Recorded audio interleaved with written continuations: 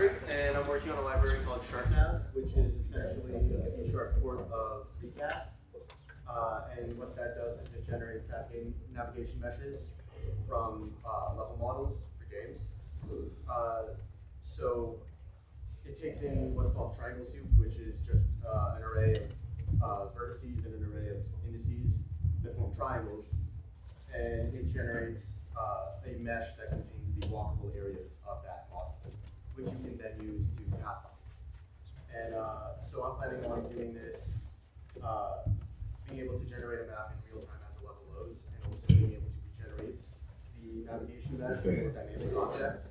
So like if there's some sort of destruction physics and a bunch of objects fall into a specific area of the AI, would be able to realize that this area is now blocked off dynamically. I also want to be able to eventually store and retrieve navigation meshes from file for static levels. And I'd also, at some point, want to actually get pathfinding working, and that's just picking 2 spots on this mesh and just having a library tell you exactly where to go. And also local steering and crowd handling, which is just kind of one step ahead of that, of people moving through the navigation mesh actors not like colliding with each other or getting way too close to each other. And so why am I doing this? Because there really isn't anything good out there in C# that does this. There's Critter AI, which is actually just a wrapper for Recast, and it leaves out a lot of stuff that Recast has for some reason. So it's just like static maps from file. The API is largely focused on Unity, so if you're trying to use it with like monogame or like straight OpenGL via OpenGK or SharpNav or anything else, it's a pain in the ass to work with. And then there's also SharpSteer, which is really just for local steering. It has nothing to do with navigation meshes. And I'm also doing this purely in C# and not just writing another wrapper, because if you do pure C#, you can hit a lot of targets. You can get Windows with a .NET framework and basically everything else with Mono. So like Linux, OS X, you can use MonoTouch and MonoDroid, or whatever it's called now for the mobile platforms, as well as Windows Phone. The Xbox 360 is supported with XMA, and the PS3 has some sort of SDK that involves Mono. I haven't looked much into that, but it exists. And I've also seen a lot of questions, specifically with like XNA or Monogame, where they ask how to do some sort of pathfinding in 3D, and the answers usually involve like a link to the A-star, like Wikipedia page, and just like you gotta kind of do it yourself. So people are just reinventing the same wheel over and over again, and that's never good, because those wheels are gonna be very buggy.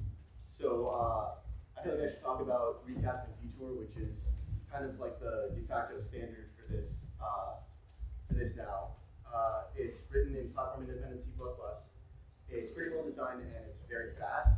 The reason why I'm not using it directly is because it's hard to invoke dynamically via C# because it's a C++ API, which means that you need to do some sort of like magic to get the classes to match up, either C++ CLI or writing a wrapper library that turns the C++ API into the C API, and that gets kind of messy. Also, platform invoke has some overhead, and I also kind of want to match that like compile once, run everywhere dream. There are actually a few physics engines out there that are written in pure C#, and they kind of already do this, so that's the kind of library I want to go for. So really what I'm doing is I'm taking the Recast source and I'm just porting it over and making a few changes, making sure the API matches what a good C# library would have. C# can get pretty close to native performance, with the exception of like really tight math loops. That's where you really see C# lag behind, because you don't get access to like vectorize, like SSC instructions for vectorization, stuff like that. But Mono does have a library called mono.simd, which has vector classes that that will use the SSC instructions when it's found within the library. And C#4 introduced the parallel class, and that makes parallelization very easy. You can just turn a for loop into parallel.for, and then pass the body of the for loop as a lambda function, and all of a sudden you have a thread pool running that loop. So I might use that. Also, if there's anything that needs to have object pooling done, I'll do that, and I can avoid garbage collection pausing, which means that this library will perform pretty close to what recast will. And I also want to go over the algorithm at a very high level. If this interests anyone, then you should come talk to me, because I'm basically working on this alone right now. So the first step is to voxelize the world. Oh, and the link at the top is where I took all of these images from, because it's a very nice guide for this same algorithm. So the first step is voxelization of the world. It's what's called conservative voxelization. So if any part of the triangle is contained within a voxel, it's included.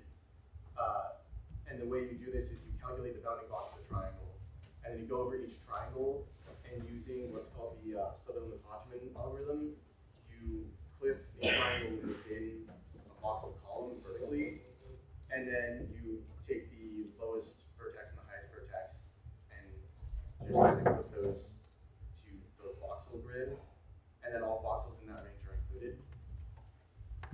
And that image kind of demonstrates that. The next step is region generation. That's when you take a column of voxels and compare to the 4 neighbor columns to see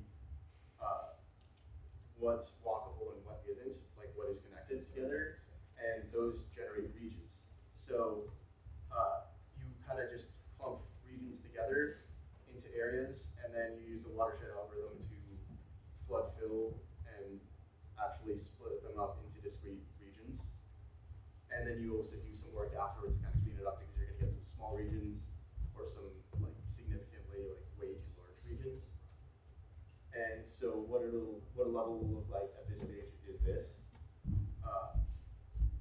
And so the next step after that is you take each region and you simplify the edges so that you don't have like a million vertices for one region.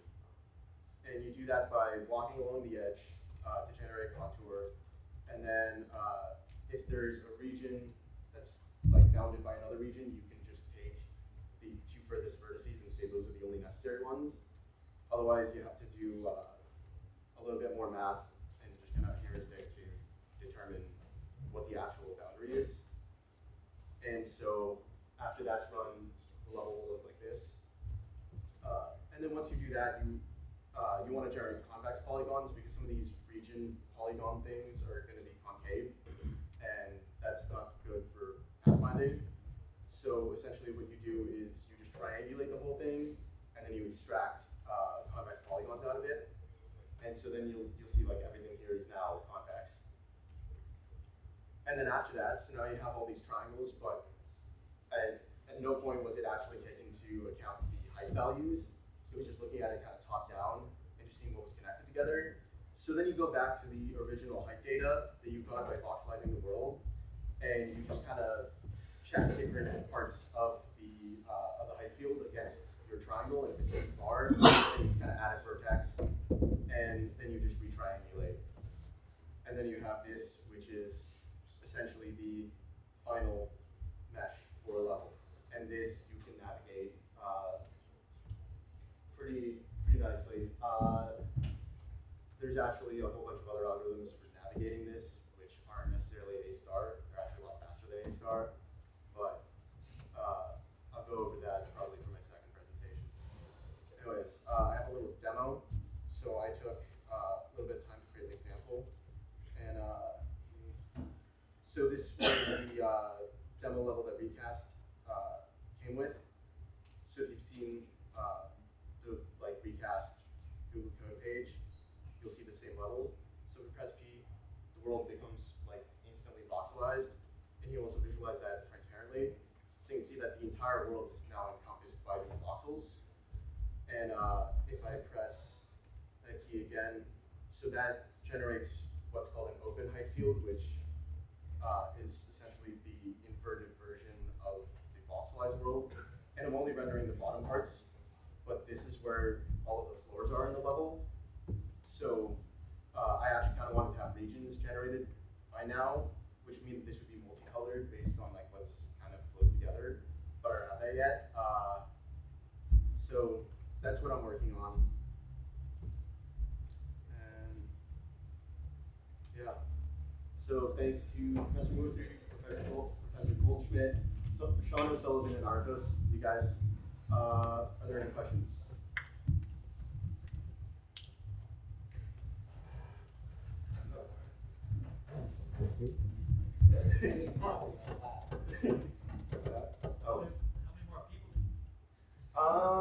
I mean, I can do this by myself. I don't know if I'll be able to like actually keep up with my schedule that I proposed at the beginning of the semester, but I can at least get the navigation worked on by the end of the semester. So, but if this interests anyone, just come talk to me. How many people think this is cool? Video game. Well, that is video game. I played a video game. Yeah. It was